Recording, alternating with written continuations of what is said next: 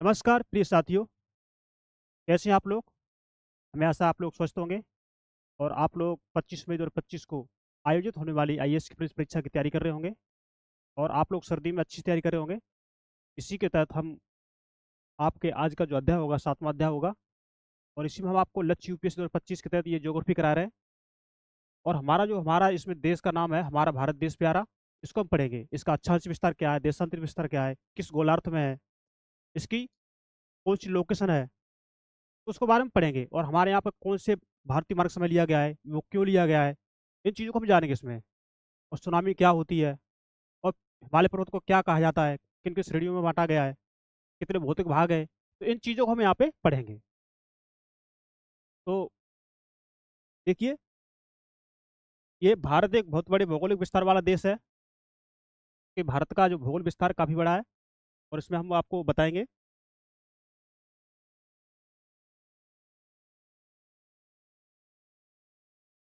भारत एक बहुत बड़े भौगोलिक विस्तार वाला देश है। उत्तर में यह हिमालय के ऊंचे शिखरों से घिरा है। अब ये देखिए, हम आपको एक मैप बना रहे हैं अपने भारत का।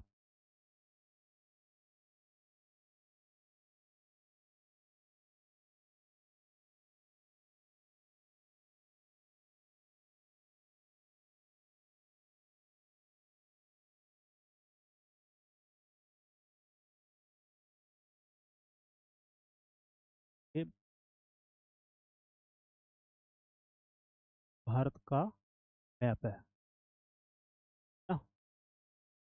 तो ये जो है ना, ये ऊपर वाला हिस्सा भारत का, ये उत्तरी उत्तरी हिस्सा है, उत्तर दिशा। और ये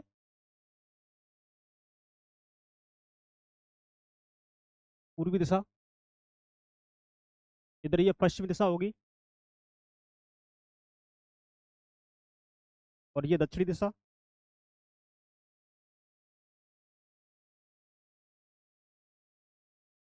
और ये जो होगा आपका उत्तरी दिशा, यहाँ पर। तो हमारा जो हिमालय पर्वत है वो आपके भारत के उत्तरी दिशा में है। यहाँ से लेके यहाँ तक आपका जो हिमालय पर्वत है, यहाँ से लेके यहाँ तक यूं करके फैला हुआ है। तो इस हिमालय पर्वत आपका जो आपके उत्तर भारत में स्थित है, भारत उत्तरी दिशा में स्थित है, तो ये एक हिमालय संतरी का काम करता है। संतरी बोलते हैं तो मतलब भारत का एक तरह से पहरेदार होगा, मतलब भारत की एक तरह से रक्षा करता है आने वाली ठंडी हवाओं से, इसलिए इसको संतरी कहा गया है। तो इसका जो क्षेत्रफल है इसका, भारत देश का, वो क्षेत्रफल है 32.8 लाख वर्ग किलोमीटर। 32.8 लाख वर्ग किलोमीटर, है ना। अभी बड़ा है। तो यही उन्होंने कहा है। अब देखिए, ये जो भारत है, भारत के पूर्व में बंगाल की खाड़ी, यहाँ इस साइड में बंगाल की खाड़ी है यहाँ पर।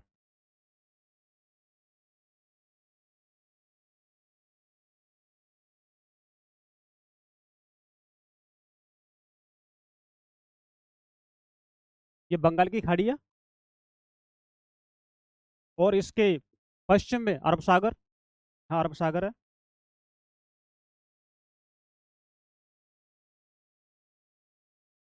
और नीचे हिंद महासागर है, यहाँ हिंद महासागर, है ना। तो पूर्व में बंगाल की खाड़ी, पश्चिम अरब सागर और दक्षिण में हिंद महासागर है। ये भारत के इन समुद्री, जो भारत का जो तटीय क्षेत्र है, उस यहाँ पर समुद्री लहरें आके टकराती है, बंगाल की खाड़ी, अरब सागर और हिंद महासागर की। इसलिए उन्होंने कहा है कि यहाँ पर बंगाल की जो भारतीय का जो प्रायद्वीप क्षेत्र है, यहाँ पर इसकी जो समुद्र की एरिया है, उसका जल है, यहाँ तक भारत के जो तटीय क्षेत्र है वहां तक आके टकराता है। तो भारत एक बहुत बड़े भौगोलिक विस्तार वाला देश है। उत्तर में यह है हिमालय के ऊंचे शिखरों से घिरा है, पश्चिम में अरब सागर, पूरब में बंगाल की खाड़ी, दक्षिण में हिंद महासागर भारतीय प्रायद्वीप के तटों पर लहराते हैं। ये उन्होंने इसमें बताया है। अब प्रायद्वीप होता क्या है, देखिए। प्रायद्वीप वह होता है कि स्थल का वह भाग है जो तीन तरफ से जल से घिरा है। यानी कि देखिए, ये जो हमारा भारत देश है, इतना जो एरिया है ना, तीन तरफ जल से घिरा हुआ है। इधर देखिए, ये बंगाल की खाड़ी से घिरा हुआ है, और ये अरब सागर से घिरा हुआ है, और नीचे ये हिंद महासागर से घिरा हुआ है। तो तीन तरफों से घिरा हुआ है, इसलिए हम इसको क्या बोलते हैं, भारतीय प्रायद्वीप बोलते हैं। भारत का क्षेत्रफल 32.8 लाख वर्ग किलोमीटर है। देखिए, 32.8 लाख वर्ग किलोमीटर है। यानी इसे हम बोलेंगे 32,27,000, है ना। इन्होंने यहाँ पे 32.8 लाख वर्ग किलोमीटर बता दिया है। उत्तर में कश्मीर से लेकर दक्षिण में कन्याकुमारी तक इसका विस्तार लगभग कितना है, 3200 किलोमीटर। यहाँ से, यहाँ कश्मीर से लेके यहाँ से लेके यहाँ तक जो उसका विस्तार है कितना है, 3200 किलोमीटर, यहाँ से लेके यहाँ तक। और अरुणाचल प्रदेश से लेके पश्चिम गुजरात में जो सौराष्ट्र है, कच्छ की खाड़ी, वहां का इसका जो दूरी है कितनी है, 2900 किलोमीटर। देखिए, पूर्व में अरुणाचल प्रदेश से लेकर पश्चिम में कच्छ तक इसका विस्तार कितना है, 2900 किलोमीटर लगभग में। ऊंचे ऊंचे पर्वत, भारतीय महामरुस्थल, उत्तरी मैदान, आसमान पठारी सतह, तटीय भाग एवं द्वीप समूह स्थलों की भिन्नता को दर्शाते हैं ये। यानी ये हमारे भारत देश में ये भिन्नता है, ऊंचे ऊंचे पर्वत है ना। भारतीय महामरुस्थल है, जो कहाँ पर है, राजस्थान में है, भारत की पश्चिमी ओर। उत्तरी मैदान, आसमान पठारी सतह, मतलब कहीं पठार ऊंचा है, कहीं नीचा है, कहीं ऊबड़ खाबड़ जगह है। तटीय भाग, जो समुद्र के किनारे जो भाग हैं भारत देश के, वो तटीय भाग होते हैं। एवं द्वीप समूह, जैसे अंडमान निकोबार द्वीप समूह हो गया, लक्षद्वीप हो गया, ये स्थल रूपों की भिन्नता वाले देश को दर्शाते हैं। मतलब इनकी यहाँ पे विभिन्नता है। यहाँ जलवायु, वनस्पति, वन्य जीवों के साथ साथ भाषा एवं संस्कृति में भी बहुत भिन्नता है। यहाँ पर हमारे भारत देश में जलवायु में भिन्नता है, भाषा में भिन्नता है, संस्कृति में भिन्नता है, वहाँ पर जीव जो पाए जाते वहाँ वहाँ में भिन्नता है। इतनी सारी भिन्नता होते हुए भी हमारा देश एक है, एकजुट में है।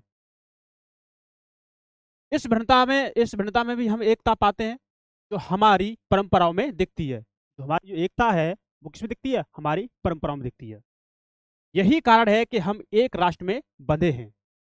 वर्ष 2011 से अब तक भारत की आबादी 120 करोड़ से अधिक हो चुकी है। अब तो 140 करोड़ से ऊपर हो चुकी है ना।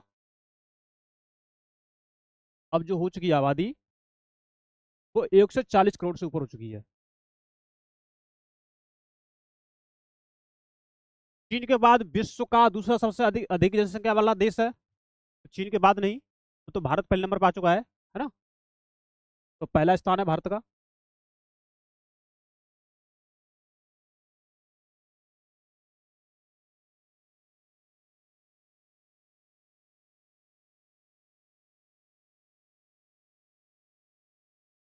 भारत का पहला स्थान है जनसंख्या में।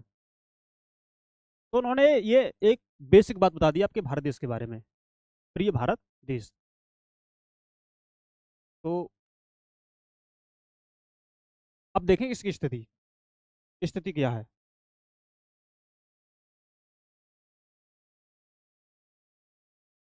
भारत उत्तरी गोलार्ध में स्थित है। भारत कहाँ स्थित है, उत्तरी गोलार्ध में। देखिए,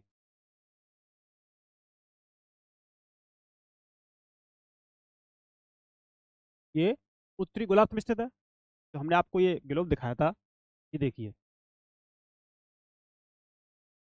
ये हमारा जो ग्लोब है, ये हमारी पृथ्वी का प्रतिरूप है। और इसके बीच से, ग्लोब के बीच से, पृथ्वी के बीचों बीच से आपकी गुजरती है विषुवत रेखा। और ये आपकी पृथ्वी को दो भागों बांट देती है,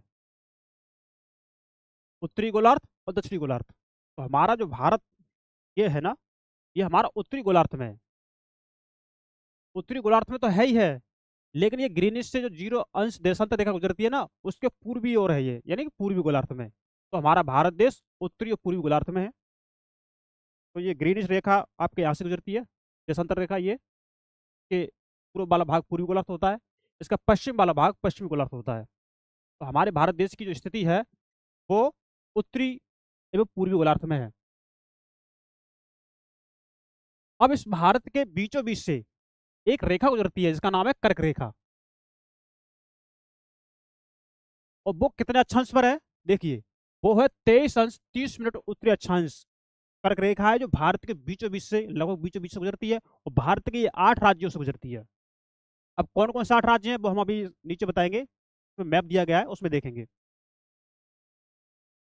तो ये कर्क रेखा देश के लगभग मध्य भाग से होकर गुजरती है। दक्षिण से उत्तर की ओर भारत की मुख्य भूमि का विस्तार कितना है, 8 अंश 4 मिनट उत्तरी अक्षांश से लेकर के 33 अंश 6 मिनट उत्तरी अक्षांशों के बीच में आपके भारत देश की स्थिति है। ये अक्षांश रेखा बता दी उन्होंने। अब इन्होंने 8 अंश 4 मिनट उत्तर अक्षांश यहाँ भी बोला है इन्होंने, 33 अंश 6 मिनट उत्तरी अक्षांश इन्होंने यहाँ पर भी बोला है। ऐसा क्यों बोला है, हमने आपको बताया कि हमारा भारत उत्तरी गोलार्ध में तो है ही है, लेकिन ये उत्तरी गोलार्ध के साथ साथ पूर्वी गोलार्ध में भी है ना।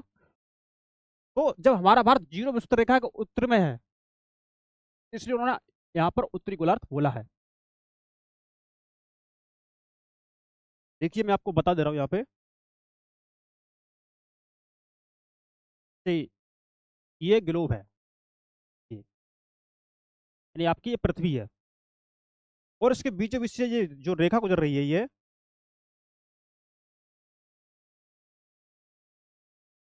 0 अंश 0 अंश विषुवत रेखा,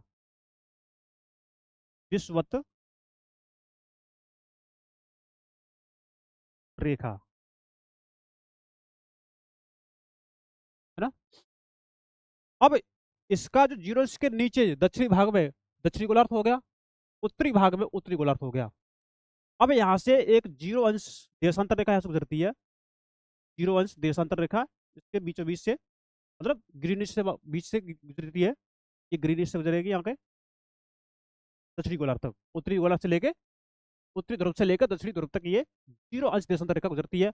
और इसके इस साइड में वाला भाग होगा आपका, क्या होगा, पूर्वी गोलार्ध, और इस साइड का भाग होगा आपका पश्चिमी गोलार्ध। तो हमारा भारत इस 0 अंश विषुवत रेखा के उत्तर में है, इसलिए यहाँ पर उत्तरी अक्षांश रेखा बोलते हैं। यहाँ पर उन्होंने उत्तरी अक्षांश रेखा बोला है, देखिए 8 अंश 4 मिनट उत्तरी अक्षांश तथा 37 अंश 6 मिनट उत्तरी अक्षांशों के बीच में स्थित है ना?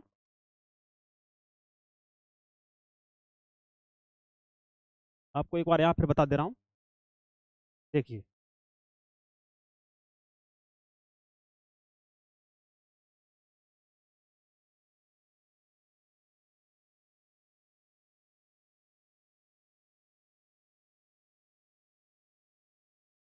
ये है। तो यहाँ पर 8 अंश 4 मिनट उत्तरी अक्षांश से लेकर के यहाँ तक 33 अंश 6 मिनट उत्तरी अक्षांश के बीच में इसकी स्थिति अक्षांशों के बीच में इतनी है ना, कि उत्तरी गोलार्ध में, इसलिए यहाँ पर उत्तरी अक्षांश बोला है। अब देखिए, है ना, तो दक्षिण से उत्तर की ओर भारत की मुख्य भूमि कितने का विस्तार कितना है, 8 अंश 4 मिनट उत्तरी अक्षांश से लेकर 37 अंश 6 मिनट उत्तरी अक्षांशों के बीच में है। अब देखिए पश्चिम से लेकर पूर्व तक भारत का विस्तार कितना है, पश्चिम से लेकर के पश्चिम से पश्चिम से लेकर पूर्व का भारतीय विस्तार कितना, देखिए, देखिए कितना दे रखा उन्होंने, 68 अंश 7 इंच पूर्वी देशांतर। यहाँ पर बात आएगी देशांतर की, वहां बात हो रही थी अक्षांश की। तो देशांतर रेखा हमारी ऐसे होती है ना, जो करके खड़ी खड़ी, ये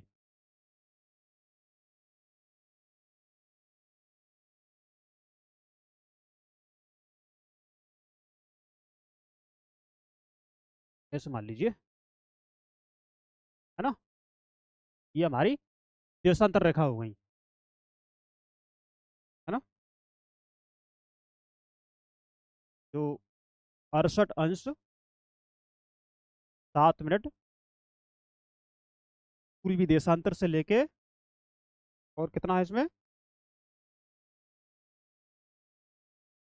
मैं लिख दे रहा हूँ 97 अंश 25 मिनट पूर्वी देशांतर के बीच, पूर्वी देशांतर के बीच है। तो ये उन्होंने मतलब इनका भौगोलिक विस्तार बांट दिया कि हमारे भारत की स्थिति यहाँ तक इतने अक्षांश के बीच में है, और यहाँ से आपके एकदम क्वेश्चन पूछा गया है, आप यहाँ से इसे देख सकते हैं। तो ये अक्षांशीय देशांतर विस्तार हमने आपको बता दिया। अगर हम विश्व को पूर्वी और पश्चिमी गोलार्ध में बांटते हैं तो भारत की स्थिति किस गोलार्ध में होगी? बहुत बड़े देशांतर विस्तार लगभग 29 अंश के कारण यहाँ के दो छोर पर स्थित स्थानों के स्थानीय समय में बहुत अधिक अंतर हो सकता था। देखिए, अब बात आती है यहाँ पे स्थानीय समय की। अब मैं आपको इधर दिखा देता हूँ। देखिए, जो ये जो देशांतर है, ये 68 अंश 7 मिनट पूर्वी देशांतर से लेके 97 अंश 25 मिनट पूर्वी देशांतर के बीच का जो अंतर होगा वो कितना होगा? 29 अंश का। यानी कि कितना? देखिए आप, 29 अंश का होगा, है ना? तो 29 अंश का मतलब समझते हैं आप लोग? एक अंश बराबर होता है 4 मिनट। देखिए, एक अंश बराबर कितना होता है? 4 मिनट। आप मानेंगे, है ना, आप ये मानेंगे कि अगर हम 29 में गुणा 4 का कर देते हैं, कितना मान आता है? 116 मिनट का मान आएगा ना, 116 मिनट लगेगी, मतलब ये हो जाएगा 2 घंटे में 4 मिनट का मतलब लगभग 2 घंटे, नहीं लगभग 2 घंटे।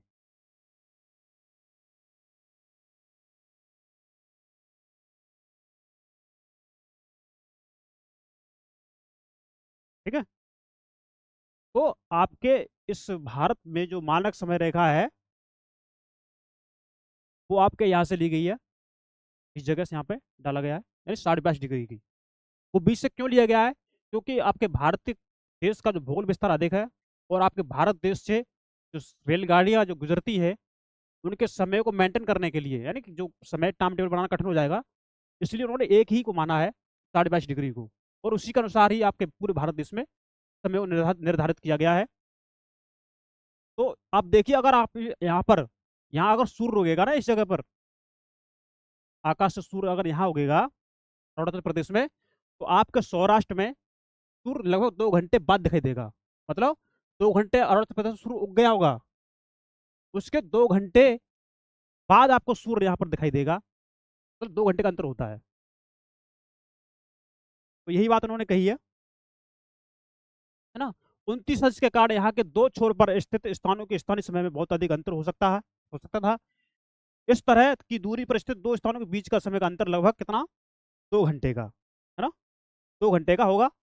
जैसा कि आपने पहले पढ़ा है, प्रत्येक एक अंश देशांतर के लिए स्थानीय समय में 4 मिनट का अंतर होता है। पश्चिम में गुजरात की अपेक्षा पूर्व के अरुणाचल प्रदेश में सूर्योदय लगभग 2 घंटे पहले होता है। आप पहले पढ़ चुके हैं कि 82.5 डिग्री पूर्व देशांतर के स्थानीय समय को भारत का मानक समय क्यों माना गया है? भारत का भौगोलिक विस्तार अधिक है, रेलगाड़ियों के लिए या जो भी समय सारणी बनाई जाती है यातायात के लिए, उसको मेंटेन आसानी से रखा जाए, उन्होंने पूरे, इसलिए पूरे भारत का जो समय रखा है एक ही रखा है। वो जो 22.5 डिग्री जो पूर्व देशांतर है उसी के अनुसार समय को डिफाइन किया है। तो ये इसको 22.5 डिग्री पूर्वी देशांतर रेखा इसे यहाँ पर याम्य उत्तर बोला है। अब देखिए, ये शुरू करने से पहले मैं आपको एक बात बताऊं, ये भारत के पड़ोसी देश है ना। इससे पहले मैं आपको एक बात बताऊं कि आपका सचता नंदनी आईएएस जो भी कंटेंट आप लोगों को लिए जो दिया जा रहा है, आपको बेस्ट कंटेंट दिया जा रहा है आपके एग्जाम के लिए। आप इसे पढ़ लेंगे तो आपका कॉन्सेप्ट तो क्लियर हो ही रहे हैं, और फैक्चुअल भी क्लियर हो रहे हैं आपके। तो इन चीज़ों को जब पढ़ लेंगे ना, तो जब आप अपने एग्जाम में जाएंगे बैठेंगे तो यहाँ से क्वेश्चन जो आते हैं वो आपका एक भी क्वेश्चन गलत नहीं होगा, और यहाँ से तो क्वेश्चन पूछे गए इस चैप्टर से, तो ये तो आपके लिए बहुत इंपॉर्टेंट है। यदि आपको हमारी ये वीडियो अच्छी लगती है तो आप जल्दी से लाइक कीजिए, और जल्दी से इसको सब्सक्राइब कीजिए, और अपने दोस्तों को भेजिए, जिससे हमारी वीडियो को रीच बढ़े और लोगों तक पहुँचे वीडियो, क्योंकि हम अपना बेस्ट कंटेंट दे रहे हैं। लोगों को ये अगर ना मिल पाए तो फिर सही नहीं लगेगा। इसलिए आप इसे ज़्यादा से ज़्यादा लाइक करेंगे, सब्सक्राइब करेंगे और अपने दोस्तों को भेजेंगे। तो ये सब कुछ आप लोगों के लिए, आपके संस्था नंदिनी आईएएस सब कुछ आप लोगों के लिए कर रहा है। और आपके संस्था नंदिनी आईएएस के संस्थापक महोदय शक्ति सिंह सर का ये बहुत बड़ा उनका वो मानिए, है ना, कि ये आप लोगों के लिए उन्होंने ये कोर्स को डिजाइन किया है, लक्ष्य यूपीएससी 2025 बैच, जिसमें जो दूर दूर जो बच्चे रह रहे हैं, जिनके पास किताब की सुविधा नहीं है, कॉपी की सुविधा नहीं है, पैसे नहीं है, तो ये चीज़ उन तक पहुंच सके। क्योंकि पैसे वाले लोगों ने तो अपने कोर्स ज्वाइन कर लिए होंगे, लेकिन हम लोग आपको ये दे रहे हैं क्योंकि आपकी एग्जाम निकल सके। क्योंकि हर व्यक्ति का सपना होता है कि हम आईएएस बने या आईपीएस बने या जो भी अधिकारी होते वो बने। इसलिए इस चीज़ को ध्यान में रख करके आपके संस्थापक नंदिनी आईएएस के संस्थापक शक्ति सिंह सर के माध्यम से ये इस कोर्स को डिजाइन किया गया है। तो इतने बहुत अच्छे इंसान हैं वो, आप समझ सकते हैं। तो भारत के पड़ोसी देश देखेंगे अब। देखिए, जिससे कि आप घर में रहते हैं ना, घर में आपका जहाँ भी घर है, तो उसके पड़ोस में घर तो होते होंगे ना, पड़ोस में घर होते होंगे। जैसे आपका घर हो गया, आपके चाचा का घर हो गया, आपके ताऊ का घर हो गया, आपके जो भी संबंधी सगे संबंधी उनका घर होता है। तो वैसे ही भारत के ये पड़ोसी देश हैं। भारत यानी ये तो अपना घर हो गया। अब भारत के जो पड़ोसी हैं, भैया भतीजे जो भी हैं, चाचा ताऊ, तो उनकी इन्होंने यहाँ पे बता दिया है। देखिए, तो भारत ये है, प्रिय भारत, आप हम सबका भारत। अब इसके जो पड़ोसी देश है, देखिए, ये है पाकिस्तान। इसकी सीमा यहाँ से यहाँ तक लगी हुई है। देखिए, भारत की जो सीमा लगी है इसकी, यहाँ से यहाँ तक लगी हुई है, जो मैंने आपको दिखा दिया। अब देखिए, आपके इस जम्मू कश्मीर में यानी ये अब तो ये भाग आपका लद्दाख का हो गया ना ये। तो ये आपके यहाँ से लेके यहाँ तक जो सीमा जो लग रही है ना, ये आपकी अफगानिस्तान की है ना, अफगानिस्तान देश की। तो दो तो पड़ोसी आपके यही हो गए। तीसरा पड़ोसी देखते हैं आपका चीन, है ना। मतलब ऐसी चीज़ों को आप अपने आसपास की चीज़ों से लिंक करके समझ सकते हैं। चीन हो गया। अब चीन की सीमा यहाँ तो लगी हुई है ना। ये देखो, ये चीन है यहाँ तक। अब ये हो गए। अब आते हैं आपके नेपाल, नेपाल जी, है ना, नेपाल जी आ गए। अब ये भी भारत के पड़ोसी देश हैं, पड़ोसी आदमी भाई। अब ये हो गए। अब आते भूटान, भूटान जी, ये आ गए, है ना। अब ये भी पड़ोसी है। अब इसके बाद आते हैं आपके कौन, बांग्लादेश, ये रहे, ये भी आपके पड़ोसी हैं। अब इसके बाद जो बच्चे हैं आप, म्यांमार, तो म्यांमार महोदय जी ये यहाँ पे आ गई है, देखिए, देखिए, है ना। तो ये तो हो गए भारत के पड़ोसी देश। अब इसके पूरब में क्या है, बंगाल की खाड़ी, और पश्चिम में है अरब सागर, और दक्षिण में आपका हिंद महासागर, हिंद महासागर ये रहा। और ये जो आपका जो लक्षद्वीप है ना, ये कोरल द्वीप है, जो आपके यहाँ केरल जो तट पड़ता है उससे कुछ दूरी पर, पश्चिमी पश्चिमी और ये कुछ दूरी पर, देखिए ये ना? और ये आपको जो दिख रहा है, ये अंडमान एंड निकोबार द्वीप समूह जो भारत का हिस्सा है। ये लक्षद्वीप भी भारत का हिस्सा है। अरे तो भारत के दो द्वीप पाए जाते हैं, एक अंडमान निकोबार द्वीप समूह, और ये आपका ये एक लक्षद्वीप। मालदीव ये आपका अलग देश है ना, पड़ोसी समुद्री देश अलग है ये। श्रीलंका तो आप देख ही रहे, ये रहा। तो ये पाक स्टेट के माध्यम से जुड़ा हुआ है, एक पतरा सा जल संधि है ना, जैसे बोलते पाक स्टेट, उसके माध्यम से जुड़ा हुआ है ये श्रीलंका। और मैं आपको एक बात और बता दूं, वैसे मुझे नहीं बतानी चाहिए थी, क्योंकि ये कुछ थोड़ा एक्स्ट्रा लेवल का हो जाएगा। देखिए, ये जो पाक स्टेट होता है ना ये, और इधर ये बंगाल की खाड़ी हो गई, उधर ये अरब सागर हो गया, तो जहाँ पर ये मिलता है ना, तो इसके जल में घनत्व में अंतर पाया जाता है। जल के जो घनत्व है ना, डेंसिटी, उसमें अंतर पाया जाता है। तो इनको यहाँ पर जो जल देखते हैं ना, उसमें अंतर मिल जाता है। एक मतलब मालूम पड़ जाता है कि ये जल अलग है, वो जल अलग अलग है। आपने देखा होगा कहीं पर कि जैसे कि किसी तालाब में जल देखा होगा, या फिर कहीं जो जैसे हम खेत की सिंचाई करते हैं, तो उसमें जो मिट्टी एक लोग उठा देते हैं ना, तो वो जल मिल जाता है, एक स्वच्छ जल मिल जाता है, तो बीच में जो पट्टी सी बन जाती है ना, तो बेस्ट जल इसमें पाया जाता है यहाँ पर। अब देखिए, इसका भारत राजनीतिक मानचित्र इसमें दिया गया है ये। तो आपकी जो कर्क रेखा है ना, कर्क रेखा आपकी ये गुजर रही है, ये है ना, जो आपके गुजरात से गुजरती हुई है, गुजरात से ये प्रवेश करती है और आपके ये राजस्थान में भी प्रवेश करती है। कुछ हिस्सा राजस्थान का है, देखो ये आ गया है ना। मध्य प्रदेश के बीचों बीच से गुजरती है ये, देखिए। छत्तीसगढ़ के उत्तरी भाग का कुछ हिस्सा तक ये गुजरती है छत्तीसगढ़ में, है ना। झारखंड में बीच से गुजर जाती है ये, झारखंड में बीचों बीच से। अब देखिए पश्चिम बंगाल में गुजर रही है ना, बांग्लादेश तो गुजरती वो देश अपना अलग है। अब देखिए इसमें त्रिपुरा, है ना, मिजोरम, इन से गुजरती है कर्क रेखा। तो लगभग भारत के, लगभग क्या, भारत का 8 राज्य है जिससे कर्क रेखा गुजरती है। भारत का जो 8 राज्य है, जैसे गुजरात हो गया, है ना, मध्य प्रदेश हो गया, छत्तीसगढ़ हो गया, राजस्थान हो गया, झारखंड हो गया, पश्चिम बंगाल हो गया, त्रिपुरा, मिजोरम। तो भारत के जो 8 राज्य है वहां से कर्क रेखा गुजरती है। और जो जो जो राजनीतिक भारत का जो चित्र दे रखा है मैप का, तो हमने आपसे पहले कहा है कि आप अपने पास एक एड्रेस रखिए, या अपने जहाँ पे आप पढ़ाई कर रहे होंगे वहाँ पर आपने मैप लगा रखा होगा, तो आप वहाँ से अपनी नज़र देख सकते हैं। तो पढ़ाई का एनवायरनमेंट बनाना जरूरी है। देखिए ये जम्मू कश्मीर का राज्य है, तो इसमें लद्दाख भी जुड़ गया है, लेकिन ये पहले का मैप है, आप नया मैप देख सकते हैं। हिमाचल प्रदेश, पंजाब, ये आपका उत्तराखंड है, ये आपका हरियाणा है, ये राजस्थान है। और देखिए हर राज्य की अपनी अलग अलग जलवायु है, हर राज्य की अपनी अलग अलग जलवायु है। और अलग अलग जलवायु होने के कारण उनके मानव का जो स्ट्रक्चर होता है, जो बॉडी निर्माण होता है, उसमें भी अंतर पाया जाता है। वहाँ की भाषा में भी अंतर पाया जाता है, वहाँ की वनस्पति जीव जंतुओं में भी अंतर पाया जाता है, क्योंकि जलवायु के अंतर के अनुसार। आपका उत्तर प्रदेश है ये, गुजरात, मध्य प्रदेश, छत्तीसगढ़, बिहार, झारखंड, उड़ीसा, पश्चिम बंगाल, है ना, ये राज्य है भारत के। आपका महाराष्ट्र हो गया, आंध्र प्रदेश हो गया, कर्नाटक हो गया, है ना, ये गोवा, गोवा की राजधानी पणजी है। और ये केरल, तमिलनाडु, हाँ, और ये झारखंड, बिहार, और ये असम, ये आपके राज्य 28 राज्य हैं, है ना। तो ये चीज़ हमने आपको बता दी है। इनमें से कौन कौन से देश है जिनकी सीमा समुद्र से नहीं जुड़ी है, ना? इनमें से कौन कौन से देश हैं जिनकी सीमा समुद्र से नहीं जुड़ी है, आप देख के बता सकते हैं। दक्षिण में समुद्र में स्थित 2 द्वीप, श्रीलंका तथा मालदीव हमारे पड़ोसी हैं।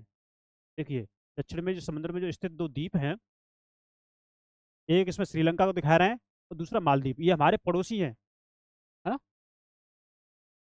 जल में रहने वाले पड़ोसी। पाक जल संधि भारत को श्रीलंका से अलग करती है, ये चीज तो आप पहले पढ़ चुके हैं।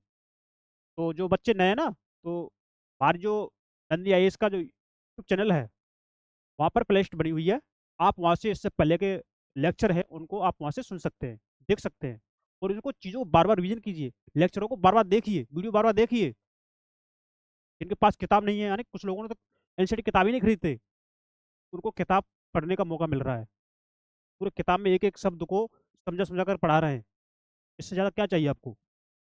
तो आपको हर चीज़ मिल रही है पढ़ने के लिए, बस आपको पढ़ना है, आपको पढ़ना है हमारे साथ रह करके। तो राजनीतिक एवं प्रशासनिक विभाजन देखेंगे क्या है, देखिए। भारत एक विशाल देश है, भारत के साथ, भारत एक विशाल देश है, प्रशासनिक क्रियाकलापों के लिए देश को 28 राज्यों एवं 7 केंद्र शासित प्रदेशों में बांटा गया है। लेकिन इसमें 7 नहीं है, 7 पहले की बात, अब तो 8 हो गए हैं, है ना, इसमें 7 गलत लिखा है, 8 कर देंगे, ठीक है। तो ये देखेंगे, देखिए। तो आपको जो भारत का जो उत्तरी हिस्सा है, उत्तरी तरफ, भारत के उत्तरी तरफ आपको ये पर्वत दिख रहे होंगे ना, ये देखो, ये आपको ये दिख रहा है पर्वत, आपको ये पर्वत दिख रहा है ना, ये है ना, क्या है ये आपके हिमालय पर्वत के हिस्सा है। तो आपका हिमालय पर्वत यहाँ से लेकर के ये हो करके ये फैला हुआ है, यानी एक तलवार के नुमा, एक धनुष के आकार के नुमा, जिसे हम शेप बोलते हैं, आर्क साइड, ये आर्क शेप बोलते हैं ना, एक धनुषाकार तलवार नुमा, ऐसे ये मुड़ा हुआ है, देखिए, है ना, ऐसे ये मुड़ा हुआ है। अब हिमालय को भी यहाँ पे 3 भागों में बांट दिया गया है। जब हिमालय वाला टॉपिक आएगा तब उन चीजों को आसानी से बड़े प्यार से एक एक शब्द को पढ़ेंगे। अभी जहां जितना बताया गया है उसको हम उतना सीख लेते हैं, उसके बाद फिर हम आगे पढ़ेंगे। देखिए, ये हिमालय है। जो सबसे उत्तर में जो हिमालय होगा ना, उत्तरी हिस्सा, वो बृहद हिमालय होगा। बड़ा हिमालय, ग्रेटर हिमालय बोलते हैं उसको, हम हिमाद्री बोलते हैं, है ना, ये वाला। देखिए, ये जो दिखाया गया ना, ये बृहद हिमालय हो गया। तो ग्रेटर हिमालय के दक्षिण में कौन सा होता है? लघु हिमालय, जिसे हम हिमाचल बोलते हैं, ये वाला। बीच वाला ये क्या आ गया? लघु हिमालय, जिसे हम हिमाचल भी बोलते हैं। और लघु हिमालय के दक्षिण में कौन सा हिमालय होगा? शिवालिक। देखिए, ये शिवालिक होगा। अब इस शिवालिक के दक्षिण में क्या है? आपका उत्तरी मैदान है। ये क्या है आपका? ये दिख रहा है, ये आपका उत्तरी मैदान है, ये है ना, ये। अब कैसा है? ये उपजाऊ मैदान है। उपजाऊ क्यों मैदान है? क्योंकि इस क्षेत्र में, इस मैदान में, ये आपकी गंगा नदी बह रही है ऊपर से, देखिए, है ना, ये गंगा नदी आ गई, यमुना नदी निकल रही है, ये भी बह रही है, चंबल नदी भी आकर किससे मिल रही है? यमुना नदी से। और ये सारी नदियां मिलकर के कहाँ पर गिर जाती हैं? ये ब्रह्मपुत्र नदी से मिलकर के ये आपके अरब सागर, ये बंगाल की खाड़ी में गिर जाती हैं। तो ये जो नदियां जो बहती हैं ना, क्योंकि नदियां, साग नदियां बहती हैं, तो अपने साथ अवसादों को लेकर आती हैं। वो अवसादों का निक्षेपण कर देती है, यानी जमाव कर देती है। अवसादों का जमाव हो जाता है, तो मिट्टी उसकी हो जाती है उपजाऊ। जब मिट्टी उपजाऊ होगी तो वहाँ पर फसल अच्छी होगी। जब फसल अच्छी होगी तो लोग वहाँ पर ज्यादा पाए जाएंगे, क्योंकि खाने पीने की चीजें वहाँ पर आसानी से मिल जाएंगी। तो वहाँ पर लगभग सभी तरह की फसलें होती हैं। इसलिए ये आपका उत्तरी मैदान इंपॉर्टेंट है, यहाँ पर जनसंख्या भी अधिक है। अब देखिए, ये आपका अरावली पर्वत श्रेणी है ना, अरावली पर्वत श्रेणी राजस्थान के उत्तरी साइड में, जिसे हम भारत के उत्तरी साइड बोलेंगे। तो ये आप क्या है? भारतीय महामरुस्थल है, भारत के पश्चिम में। भारत के पश्चिम में यानी राजस्थान के उत्तर पश्चिम में क्या है? ये आपका भारतीय महामरुस्थल है। ये आपका राजस्थान यहाँ तक है, तो उसको हम उत्तर पश्चिमी बोलेंगे, है ना। अब देखिए, ये कच्छ की खाड़ी। अब आपकी ये देखो, ये विंध्यन श्रेणी है ना, ये वाली, ये विंध्यन श्रेणी और ये सतपुड़ा श्रेणी। विंध्यन श्रेणी सतपुड़ा श्रेणी के मध्य से होकर गुजरती है आपकी ये नर्मदा नदी। देखिए, ये आपकी नर्मदा नदी आपके मध्य प्रदेश से निकलती है। और ये आपकी ताप्ती नदी, ये भी मध्य प्रदेश से निकलती है ना। तो जो नर्मदा नदी है उसका अधिकांश भाग मध्य प्रदेश में बहता है। और ताप्ती नदी का, जो तापी नदी है, इसका कम भाग मध्य प्रदेश में बहता है। तो ये दोनों जो नदी कहाँ गिरती हैं? आपकी अरब सागर में गिरती हैं, है ना। अब देखिए, महानदी हो गई ये महानदी। और ये आपकी गोदावरी नदी, है ना। और आपका ये कृष्णा नदी। ये जो नदियां हैं आपके यहाँ पर, ये बंगाल की खाड़ी में गिरती हैं और ये पूर्व दिशा में बहती हैं। तो केवल दो नदियां हैं, नर्मदा और तापी, जो पश्चिम दिशा में बहती हैं, जो कहाँ गिरती हैं? अरब सागर में गिरती हैं। आपको जो पीला पीला दिख रहा है ना, ये पीला पीला, ये क्या है? ये पठारी क्षेत्र है, पठारी भाग है। और जो आपको ग्रीन कलर का दिख रहा है ना, ये मैदानी क्षेत्र है, उपजाऊ भूमि है। यहाँ पर लोग निवास करते हैं, खेती बाड़ी करते हैं। तो ये चीज रही है इसके बारे में। भारत का भौतिक विभाजन के बारे में चीज मैंने आपको बता दी। दिल्ली भारत की राजधानी है। राज्यों का निर्माण मुख्यतः भाषाओं के आधार पर हुआ है। अगर यहाँ से क्वेश्चन बन जाता है कि राज्यों का निर्माण किसके आधार पर हुआ है, तो आप बता देंगे कि राज्यों का निर्माण हुआ है भाषाओं के आधार पर। क्षेत्रफल की दृष्टि से सबसे बड़ा राज्य कौन सा है? राजस्थान है। और क्षेत्रफल की दृष्टि से सबसे बड़ा राज्य राजस्थान है, तथा सबसे छोटा राज्य गोवा है। क्षेत्रफल की दृष्टि से राज्यों को जिलों में बांटा गया है। ये तो बात बेसिक है। अब देखते हैं भौतिक विभाजन। भौतिक विभाजन से पहले इनमें जो चीज दे रखी है उनको पढ़ लेते हैं एक बार। हाँ, जो चीजें अलग से दे रखी हैं उनको एक बार देख लेते हैं हम। ऊपर तो साथ हो ही गया सारा, नीचे देखते हैं बचा क्या है। तो इसके अलावा एक्स्ट्रा चीज दे रखी है ना, उनको भी हम पढ़ लेते हैं, क्या पता वहां से भी क्वेश्चन बन जाए। यूपीएससी है। जलोढ़ निक्षेप, ये नदियों के द्वारा लाई गई बहुत महीन मिट्टी होती है। क्या? जलोढ़ निक्षेप, जो नदियों द्वारा जो महीन मिट्टी लेके आती है, जो जमा करती है ना, उसको जलोढ़ निक्षेप बोला है यहाँ पे। तो ये महीन मिट्टी होती है तथा नदी बेसिन में निक्षेपित कर दी जाती है, मतलब जमा कर दी जाती है, जमा दी जाती है। अवसादों का जवाब होता है ना, नदियां नदियां मिट्टी लेके आती हैं, अवसाद लेके आती है, वो क्या करती है? डिपोजिशन करती जाती है, डिपोजिशन यानी जवाब करती जाती है, तो हो गया यहाँ पर आपका निक्षेपित यानी जवाब जवाब कर देना। सहायक नदी, एक नदी या सरता जो कि मुख्य नदी में किसी भी तरफ से आकर मिलती है, यानी कि एक जो मुख्य नदी आ रही होगी, मान चलो ये आपकी मुख्य नदी बह रही है, ये है ना, ये आपकी मुख्य नदी बह रही है, और इसमें आकर के अगर कोई नदी आकर के मिल जाए, है ना, जैसे ये नदी आकर के मिल गई यहाँ पर, या ये नदी यहाँ से निकल रही है, मान के निकल रही है, तो जो नदी जो दूसरी यहाँ से निकल रही है इसको सहायक नदी बोलेंगे। मुख्य नदी से जो नदियाँ निकलती हैं या मिलती हैं उनको हम सहायक नदियाँ बोलते हैं। ये बात इन्होंने यहाँ पर कही है। अपने जल को मुख्य नदी में विसर्जित करती हैं, यहाँ पे बता दिया। अब देखिए, क्या आप जानते हैं गंगा एवं ब्रह्मपुत्र नदियां विश्व के सबसे बड़े डेल्टा का निर्माण करती हैं? विश्व के जो सबसे बड़े डेल्टा कौन से? गंगा एवं ब्रह्मपुत्र नदियां करती हैं। और जो डेल्टा बनाती है उसका नाम क्या है? सुंदरबन डेल्टा, जो विश्व के सबसे बड़े डेल्टा का नाम नाम दिया गया है। इस डेल्टा की आकृति त्रिभुजाकार है, त्रिभुज आकार की आकृति है सुंदरबन डेल्टा की।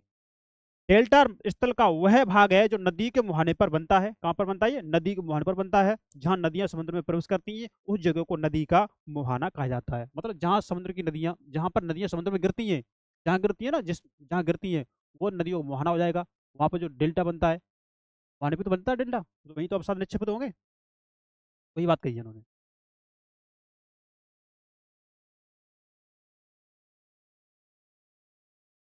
अब देखते हैं भौतिक विभाजन। भौतिक विभाजन देखेंगे। भारत में पाई जाने वाली भौतिक आकृतियां विभिन्न प्रकार की हैं। भारत में जो पाई जाने वाली जो भौतिक आकृतियां हैं वो अलग अलग तरह की हैं। जैसे आप देखेंगे, पर्वत, पठार, मैदान, तट और द्वीप समूह, ये भौतिक आकृतियां हैं भारत की। एक बार फिर देख लेंगे, पर्वत, पठार, मैदान, तट तथा द्वीप समूह। उत्तर में बर्फ से ढका हिमालय संतरी का कार्य करता है। अब संतरी क्या है? मतलब भारत की एक तरह से रक्षा करता है। हिम प्लस आलय का मतलब होता है बर्फ का घर। हिमालय पर्वत को तीन मुख्य समानांतर श्रृंखलाओं में बांटा जाता है। हिमालय पर्वत को सबसे उत्तर में स्थित श्रृंखला को बृहत हिमालय कहते हैं, या इसे हिमाद्री भी कहते हैं। इसी श्रृंखला में विश्व की सबसे ऊंची शिखर है मध्य, इसमें मध्य हिमालय या हिमाचल हिमाद्री के दक्षिण में स्थित है। तो विश्व की सबसे ऊंची शिखर कहां पर है? आपके इस बृहत हिमालय में। और इसी के बृहत हिमालय के जो दक्षिणी स्थिति में, दक्षिणी दिशा में, दक्षिणी ओर कौन सा है? ये आपका मध्य हिमालय है। और मध्य हिमालय को उन्होंने क्या कहा है? हिमाचल कहा है। बहुत से लोकप्रिय पहाड़ी स्थान यहाँ स्थित है, हिमाचल में या मध्य हिमालय में। 5 पहाड़ी स्थानों के नाम का पता लगाइए, ये थोड़ा आप लोगों के लिए बता दिया है। शिवालिक सबसे दक्षिण में स्थित श्रृंखला है। शिवालिक है वो सबसे दक्षिण में स्थित श्रृंखला है, यानी कि लघु हिमालय के बाद भी जो दक्षिण पड़ता है वो शिवालिक हो गया। हिमालय के दक्षिण में भारत का उत्तरी मैदान स्थित है। भारत का जो उत्तरी मैदान है वो हिमालय के दक्षिण में स्थित है। ये मैदान समतल तथा सपाट है। ये मैदान सिंधु, गंगा, ब्रह्मपुत्र तथा इनकी सहायक नदियों के द्वारा लाए गए जलोढ़ निक्षेपों से बने हैं। नदियों के ये मैदान कृषि के लिए उपजाऊ भूमि प्रदान करते हैं। कृषि के लिए कैसी भूमि? उपजाऊ भूमि प्रदान करते हैं। यही कारण है कि इन मैदानों में जनसंख्या अधिक है। तो ये सारी बातें हमने आपको पहले बता दी कि जो हमारा हिमालय है ना, हिमालय के दक्षिण में जो मैदान क्षेत्र है तो वो एक समतल है, और जो नदियां हैं, जो सहायक नदियां, गंगा, ब्रह्मपुत्र, हाँ, सिंधु, इनकी नदियां, जो सहायक नदियां हैं, तो जैसे गंगा, ब्रह्मपुत्र और ये यमुना, इनकी सहायक नदियां पर अवसादों का जवाब करती हैं, और वहाँ पर मिट्टी उपजाऊ होती है, वहाँ पर फसल अच्छी होती है, और वहाँ पर इसलिए जनसंख्या अधिक निवास करती है। तो ये बात उन्होंने यहाँ पे बताई है। तो भारत के पश्चिमी भाग में भारतीय महामरुस्थल स्थित है। भारत का जो पश्चिमी भाग है, जो राजस्थान की बात हो रही है, वहां पर क्या है? भारतीय महामरुस्थल है। यहाँ वनस्पति की मात्रा बहुत कम है। जब मरुस्थल क्षेत्र है तो अब वनस्पति कहाँ से होगी? वनस्पति की मात्रा भी बहुत कम होगी। उत्तरी मैदानों के दक्षिण में प्रायद्वीपीय पठार स्थित है। तो उत्तरी मैदान है, देखो, दक्षिणी मैदान के जो जो आपका हिमालय पर्वत है, हिमालय पर्वत के दक्षिण में आपका उत्तरी मैदान हो गया, और उत्तरी मैदान के दक्षिण में क्या है आपका, प्रायद्वीपीय पठार है। इसकी आकृति त्रिभुजाकार है, इसकी आकृति त्रिभुजाकार है। इसका धरातल काफी ऊंचा नीचा है, जो धरातल है ऊंचा नीचा। तो इसकी जो आकृति है ये ऐसे है, इस तरह की त्रिभुजाकार, है ऐसी। ये बात कही है उन्होंने। इसका जो धरातल है वो ऊंचा और नीचा है। इस क्षेत्र में बहुत सी पहाड़ी श्रृंखलाएं तथा घाटियां स्थित हैं। बहुत सी पहाड़ी श्रृंखलाएं, पहाड़ियां होगी, पहाड़ियों की श्रेणी होगी वहां पर, और यहाँ पर घाटियां, यानी ऊंचा नीचा ही तो भाग बताया गया है, ऊंचा भाग नीचा भाग, तो नीचे भाग घाटियां हो गई, ऊंचा भाग पहाड़ी श्रृंखला हो गई। तो इसके उत्तर पश्चिम में एक अरावली श्रृंखला स्थित है। अरावली श्रृंखला, ये जो आपका जो प्रायद्वीपीय पठारी भाग है ना आपका, ये इसका उत्तरी पश्चिम, यानी यहाँ पर क्या होगी, अरावली श्रृंखला होगी। होगी क्या है ना। जो विश्व की सबसे पुरानी श्रृंखला है। विंध्य एवं सतपुड़ा भी महत्वपूर्ण श्रृंखलाएं हैं। जो विंध्य एवं सतपुड़ा जो पर्वत श्रेणी श्रृंखलाएं हैं वो कैसी है, वो भी बहुत महत्वपूर्ण है। इन श्रृंखलाओं से होकर नर्मदा तथा तापी नदियां बहती हैं। किनसे, विंध्य एवं सतपुड़ा जो श्रेणी है, यहाँ से क्या बहती है, नर्मदा तथा तापी नदियां बहती हैं।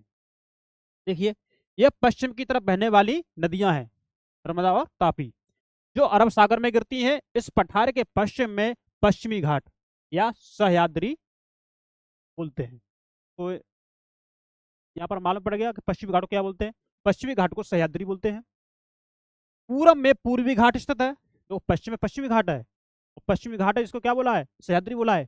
पूरब में पूर्वी घाट स्थित है, और पश्चिमी घाट का विस्तार एक समान रूप में है। तो पश्चिमी घाट का जो विस्तार है कैसा है, एक समान रूप में है, ऊंचा नीचा नहीं है। अब ऊंचा नीचा क्यों नहीं है, क्योंकि वहाँ नदियाँ अपना डेल्टा नहीं बनाती, और नदियाँ का गिराव वहाँ पर अरब सागर में जब नदियाँ गिरती तो अपने साथ डेल्टा लेके आती, तभी तो उसका ऊंचा नीचा भाग होता, चौड़ा होता, ऊंचा नीचा होता, डेल्टा बनाती, लेकिन वो है ही नहीं है। तो कैसा है, एक तरह से एक समान रूप में है उसका पश्चिमी घाट का विस्तार। जबकि पूर्वी घाट बीच बीच में टूटा हुआ तथा असमान है। और जो पूर्वी घाट है वो कैसा है, टूटा हुआ और कैसा असमान है। क्यों, क्योंकि वहां पर नदियां जो गिरती हैं अपने साथ अवसादों को लेकर आती हैं, वहां पर डेल्टा बनाती हैं, इसलिए कोई भाग ऊपर उठ गया, कोई भाग नीचे हो गया, इसलिए वो टूटा फूटा दिखता है। और वो चौड़ा भी है। चौड़ा क्यों है, क्योंकि अवसादों का निक्षेपण होता है लगातार, इसलिए वो चौड़ा भी है पूर्वी घाट। पश्चिमी घाट चौड़ा नहीं है, सकरा है और समान है। और पूर्वी घाट चौड़ा है और कैसा, असमान है। जैसे कि मैं आपको बता दूं, देखिए देखिए, ये है, ये पश्चिमी घाट है ना, और ये पूर्वी घाट। तो नदियां यहाँ पे आके गिरती हैं होकर के, है ना, नदियां आ रही गिर रही हैं, ये गिर रही हैं, तो ये अवसाद को जवाब कर रही हैं, डिकम्पोज है ना, डिपोजिशन कर रही है, देखो अवसाद को जवाब। तो ये जो पूर्वी घाट है ना, ये चौड़ा हो रहा है।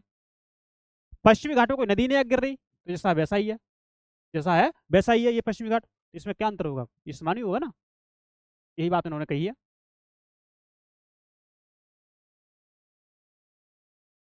इन पठारों में खनिजों, जैसे खनिज में कौन कौन, कोयला एवं लौह अयस्क की प्रचुरता पाई जाती है इन पठारी भागों में। कोयला और लौह अयस्क जो हमारे उद्योग में उपयोग यूज होते हैं, है ना, इंडस्ट्री में। पश्चिमी घाट के पश्चिम में, जो पश्चिमी घाट है इसके पश्चिम में तथा पूर्वी घाट के पूर्व में तटीय मैदान स्थित हैं। जो पश्चिमी घाट है इसके पूर्व में पूर्वी तटीय मैदान, और पश्चिमी घाट उसके पश्चिम में पश्चिमी तटीय मैदान स्थित है। पश्चिमी तटीय मैदान काफी सकरे हैं। सकरे क्यों, क्योंकि कोई नदियां कोई अपना जल का बहाव नहीं कर रही ना, कि नर्मदा ताप्ती दो नदियां हैं, तो वो अपना अपने साथ अवसाद लेके आ नहीं पाती, वो डेल्टा नहीं बनाती, वो क्या बनाती, वो एस्टुअरी बनाती है। तो उनकी बात हम आगे करेंगे जब नदी वाले टॉपिक पढ़ेंगे उसमें। पूर्वी तटीय मैदान देखेगा आप, अपेक्षाकृत चौड़े हैं। वहां पूर्व की ओर बहने वाली कई नदियां महानदी, गोदावरी, कृष्णा तथा कावेरी बंगाल की खाड़ी में गिरती हैं। ये नदियां अपने मुहाने पर उपजाऊ डेल्टा का निर्माण करती हैं। बंगाल की खाड़ी में गंगा एवं ब्रह्मपुत्र नदियां के मुहाने पर सुंदरबन डेल्टा स्थित है। जो वजह थी वो उन्होंने बता दी। तो आप ये देख रहे हैं ना, ये प्रवाल द्वीप, ये क्या है? ये प्रवाल द्वीप है, देखिए, है ना। जो समुद्री जंतु होते हैं वो मर जाते हैं तो उनका जो कंकाल बचता है वो ठोस होता है। तो जब कंकाल बच जाता है फिर उनके ऊपर और प्रवाल आते हैं, जम जाते हैं, है ना, जिसे पॉलिप बोलते हैं। वो मर जाते हैं, फिर उसके बाद फिर और जमाव हो जाता है, ऐसे ऐसे जमाव हो रहा है, देखिए इनके कंकाल ऊपर, देखिए जमाव हो रहा है, ये ऊपर ये जमाव हो गया, इसके ऊपर ये जमाव हो गया, इसके ऊपर ये जमाव हो गया, ये निरंतर क्रिया रहती है ना, मरते जाते जमाव होता जाता है, और ऊपर ये बन जाता है ये प्रवाल द्वीप, देखिए। और यहीं पर ये मानव देखो दिख रहा है आपको, यही, है ना। ये बात उन्होंने कही है, और मैं आपको इसको यहाँ पे बता दे रहा हूँ, देखिए। क्या आप जानते हैं प्रवाल छोटे समुद्री जंतुओं के कंकाल हैं? समुद्री जंतुओं की बात हो रही है, तो समुद्री जंतु कंकाल हैं जिसे पॉलिप कहा जाता है। जब जीवित पॉलिप मरते हैं तब उनका कंकाल बच जाता है। अन्य पॉलिप की वृद्धि इन ठोस कंकालों के ऊपर होती है, जैसे इसमें इसमें देखो हो रही है ना। ये क्या है? ठोस वृद्धि तो हो रही है, एक ऊपर एक, एक ऊपर एक बढ़ते जा रहे हैं ये, जो बढ़ते बढ़ते काफी ऊंचे हो जाते हैं तथा इस प्रकार प्रवाल द्वीपों का निर्माण करते हैं। ये प्रवाल द्वीप बनता है, प्रवाल द्वीपों को दिखाता है ये चित्र आपका है ना? ये है प्रवाल द्वीप। तो काफी इंपॉर्टेंट बातें इसमें, तो लेक्चर को ध्यान से देखेंगे, है ना, जो इसे बार बार देखेंगे चीजें, जब बार बार देखने से क्या होती है, जल्दी समझ में आती है। जैसे हमने एक बार में ऐसा बताया क्योंकि समझ में आना चाहिए, लेकिन फिर भी अगर समझ में नहीं आता तो आप इस लेक्चर को दोबारा देख सकते हैं। आपको ये दिख रहा है ना, ये घुमड़ा घुमड़ा सा, ये ना, ये देखो, ये जो दिख रहा है ना, ये ये क्या है? ये सुनामी है, ये सुनामी है, देखिए, है ना। तो ये सुनामी है, और सुनामी का उछाल आया है ना, सुनामी लहराई है, और ये लोग हैं ये यहाँ से भाग रहे हैं, देखो ये इनकी नाव है, इसमें बैठे हुए हैं, ये लोग यहाँ से भाग रहे हैं। क्यों? सुनामी आने से लोगों के जान और माल की दोनों की हानि होती है। अगर उस तटीय क्षेत्र में लोग रह रहे हैं, लोगों की बस्ती है, तो सुनामी आने से वो उजड़ जाएगी, टूट जाएगी, खराब हो जाएगी, है ना। उनकी जो खेती बाड़ी होती है वो खराब हो जाएगी, जो जीव जंतु रहते हैं उन पर इफेक्ट पड़ेगा, जो समुद्र तट तट के किनारे रहते हैं। तो सुनामी आने के ये नुकसान है ना। तो क्या नुकसान क्या फायदा होते हैं, अब जब हम आपका सुनामी वाला चैप्टर पढ़ेंगे उसमें बताएंगे। भारत में दो द्वीप समूह भी हैं, देखिए। लक्षद्वीप द्वीप समूह अरब सागर में स्थित है। जो लक्षद्वीप द्वीप समूह है वो कहाँ पर है? अरब सागर में। अरब सागर कहाँ है? देखिए, ये आपका भारत देश प्यारा, है ना। तो ये यहाँ पर अरब सागर है, अरब सागर, और ये आपकी बंगाल की खाड़ी है।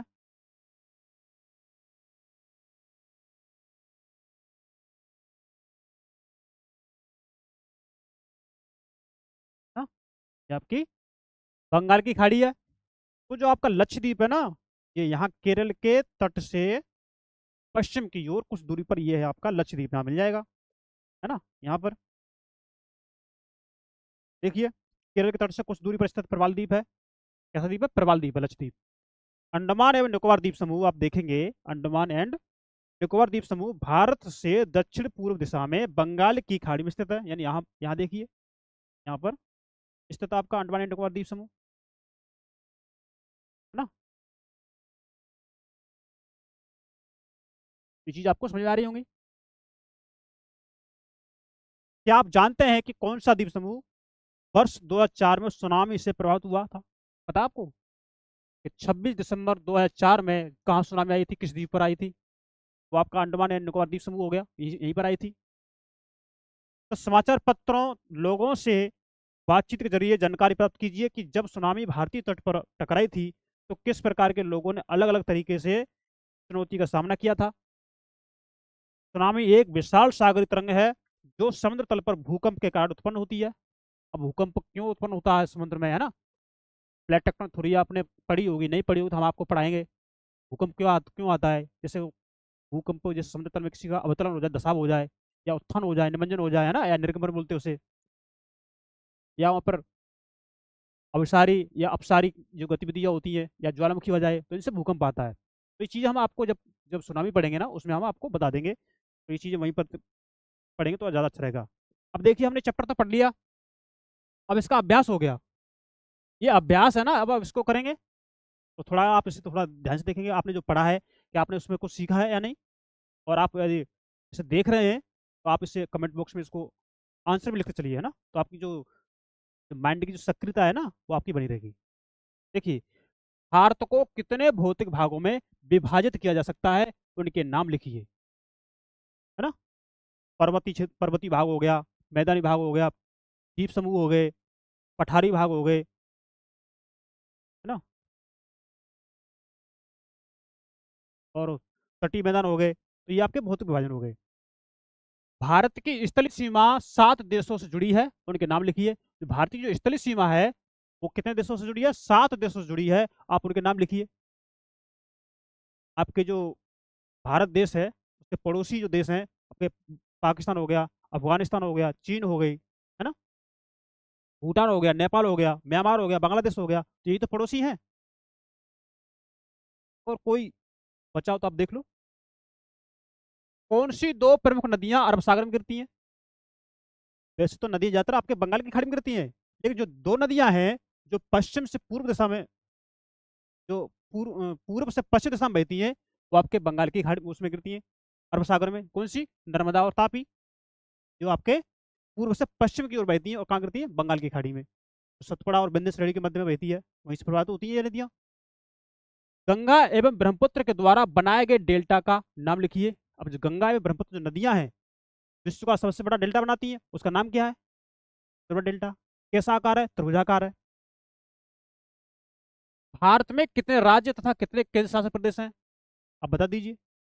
और किन दो राज्यों की राजधानी एक ही है ना, पता होगा ना। भारत में कितने राज्य हैं, कितने केंद्र शासित प्रदेश हैं?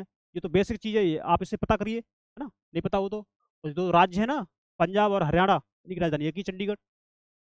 देखिए, उत्तरी मैदान में अधिक जनसंख्या में निवास करती है। उत्तरी मैदान में अधिक जनसंख्या निवास करती है, क्यों? क्योंकि वो उपजाऊ क्षेत्र है उत्तरी मैदान, वहाँ पर जो सहायक नदियां हैं, गंगा ब्रह्मपुत्र, इनकी जो नदियां हैं, जो सहायक नदियां हैं, इनके द्वारा अवसादों का निक्षेपण होता है। वहाँ की भूमि उपजाऊ है, खेती अधिक होती है वहाँ पर, इसलिए लोग वहाँ पर अधिक रहते हैं। लक्षद्वीप को प्रवाल द्वीप कहा जाता है। जो लक्षद्वीप है उसको प्रवाल द्वीप कहा जाता है, ऐसा क्यों? क्योंकि वो प्रवालों के द्वीपों से बना है। प्रवाल जो होते हैं ना, जो समुद्री जंतु होते हैं, उनके कंकाल बच जाते हैं ना, ठोस होते हैं, उनको जो उनका जवाब होता रहता है, लगातार क्रिया होती रहती है, ये इससे वहाँ पर प्रवाल बन जाता है। अब देखिए, सही उत्तर चिन्हित कीजिए, ये आपके बहुविकल्पी है ना। तो आप चाहो तो ये जो हमने आपको बताया ना, ये निम्नलिखित प्रश्नों के उत्तर संक्षेप में दिए, तो आप इन्हें चाहो तो आप इनको 50-50 शब्दों में इनको लिख सकते हैं, लिख के आंसर। तो आपके लिखने की प्रैक्टिस बन जाएगी एक।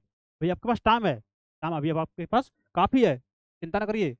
और हम आपको टाइम से पहले जो आपके एग्जाम में जो चीज़ होती है वो हम करा देंगे। हिमालय के सबसे दक्षिणी भाग को आप क्या कहा जाता है? आप क्या कहेंगे? हिमालय के सबसे दक्षिणी भाग है, उसको क्या कहते हैं? हिमालय के सबसे दक्षिणी भाग को क्या आप शिवालिक बोलेंगे? क्या आप उसे हिमाद्री बोलेंगे? क्या आप उसे हिमाचल बोलेंगे? बताइए। तो इसका जो आंसर होगा वो क्या होगा? शिवालिक होगा। अब देखिए, सह्याद्री को अन्य किस नाम से जाना जाता है? सह्याद्री है तो किस नाम से जाना जाता है?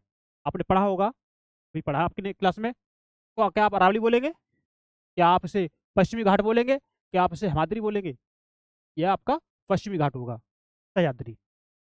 पाक जल संधि किन दो देशों के बीच में स्थित है? बताइए। क्या श्रीलंका मालदीव के बीच स्थित है? क्या भारत तथा श्रीलंका के बीच स्थित है? क्या भारत तथा मालदीव के बीच स्थित है? आप इसे बताइए। पाक जल संधि, तो आपका ये भारत तथा श्रीलंका के बीच स्थित है। अगला देखते हैं, अगला क्वेश्चन। अरब सागर में स्थित भारतीय द्वीप समूह कौन से हैं? जो अरब सागर है उसमें स्थित भारतीय द्वीप समूह कौन से हैं? देखिए, क्या वहां पर अंडमान एवं निकोबार द्वीप समूह है आपके अरब सागर में? क्या वहां पर लक्षद्वीप समूह है? क्या वहां पर मालदीव है? कौन सा है आपका? लक्षद्वीप समूह, है ना। मालदीव तो एक अपना देश है, पड़ोसी जलीय जलीय भाग वाला। अब भारत की सबसे पुरानी पर्वत श्रृंखला कौन सी है? भारत की जो सबसे पुरानी पर्वत श्रृंखला है, क्या अरावली है? क्या पश्चिमी घाट है? क्या हिमालय है? बताइए। तो पुरानी पर्वत श्रृंखला आपकी होगी अरावली। ये आपके बहुविकल्पी हो गए, यानी देखिए, आपको किताब भी पढ़ा रहे हैं, एनसीईआरटी भी करा रहे हैं, और हम आपको अभ्यास भी करा रहे हैं, इससे ज़्यादा आपको और क्या चाहिए, है? तो आप हमारे साथ रहेंगे तो सारी चीज़ कर ले जाएंगे। और ज्योग्राफी तो आपको ऐसे समझ में आएगा कि जैसे कि एक खेल है ना, तो खेल खेल में ज्योग्राफी खेलेंगे, चीज़ आसान हो जाएगी। देखिए, खालिस्तान भरें। भारत का क्षेत्रफल लगभग कितना है? 32.8 लाख वर्ग किलोमीटर है ना, लिख दे रहा हूँ यहाँ पर, है ना। महान हिमालय को क्या नाम से किसे जानते हैं? जो महान हिमालय है उसको किस नाम से जानते हैं? महान हिमालय को हम बृहत हिमालय के नाम से जानते हैं, या उसे हम हिमाद्री बोलेंगे, है ना। यहाँ मैं बृहत लिख दे रहा हूँ, जिसे आप हिमाद्री भी लिख सकते हैं, बृहत हिमालय, है ना।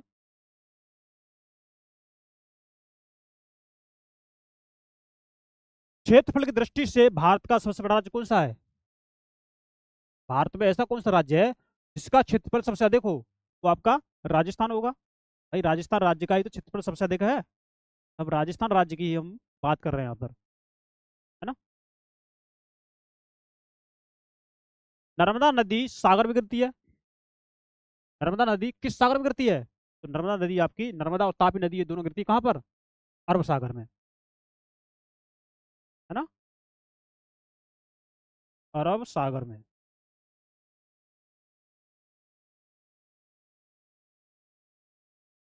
भारत के लगभग मध्य भाग से होकर गुजरने वाली अच्छा रेखा कौन सी है? आपकी कर्क रेखा, कर्क रेखा, है ना। तो ये आपके आंसर राइटिंग भी हो गई है ना। आप उनको लिखने की प्रैक्टिस करेंगे, हमने आपको वो हिंट दे दिया। आप उनके जो शब्द लिख पाओ, 20 लिख पाओ, 25 लिख पाओ, 30 लिख पाओ, 50 लिख पाओ, जितने शब्द आप लिख सके आप लिखिए, आप उनको, है ना, प्रैक्टिस कीजिए। और आपके बहुविकल्प भी हो गए, रिक्त स्थान भी हो गए, तो ये सारी चीज़ आपकी हो चुकी है। तो ये सारी चीज़ आपकी हो चुकी है। ये आपका मानचित्र वाला कार्य है। आप इनको, जो आपके पास एक मानचित्र होगा ना ब्लैंक वाला, एक ब्लैंक मानचित्र होता है, ब्लैंक, कुछ लिखा नहीं होता, तो ये आप उनको लिखिए वहाँ पर, है ना। कर्क रेखा कहाँ से गुजरती है, भारत का मानक यामांतर कहाँ पर है, जिस राज्य में आप निवास करते हो उसकी जगह देखिए, है ना, उसको चिन्हित कीजिए। अंडमान द्वीप समूह तथा द्वीप द्वीप समूह कहाँ पर है उनको देखिए, उनको चिन्हित करिए। पूर्वी घाट और पश्चिमी घाट कहाँ है उनको देखिए। तो ये चीज़ आपके लिए है। जब आप इनको करेंगे तो आपको फिर मैप में कुछ समझना ही नहीं पड़ेगा, वरना कुछ रटना पड़ेगा। तो आधी ज्योग्राफी जब आप मैप को समझ लेते हैं ना, उससे ही कवर हो जाती है। तो आज का जो हमारा ये लेक्चर था, कंप्लीट हो गया। चलिए हम मिलते हैं नेक्स्ट क्लास में। नमस्कार, थैंक यू, धन्यवाद।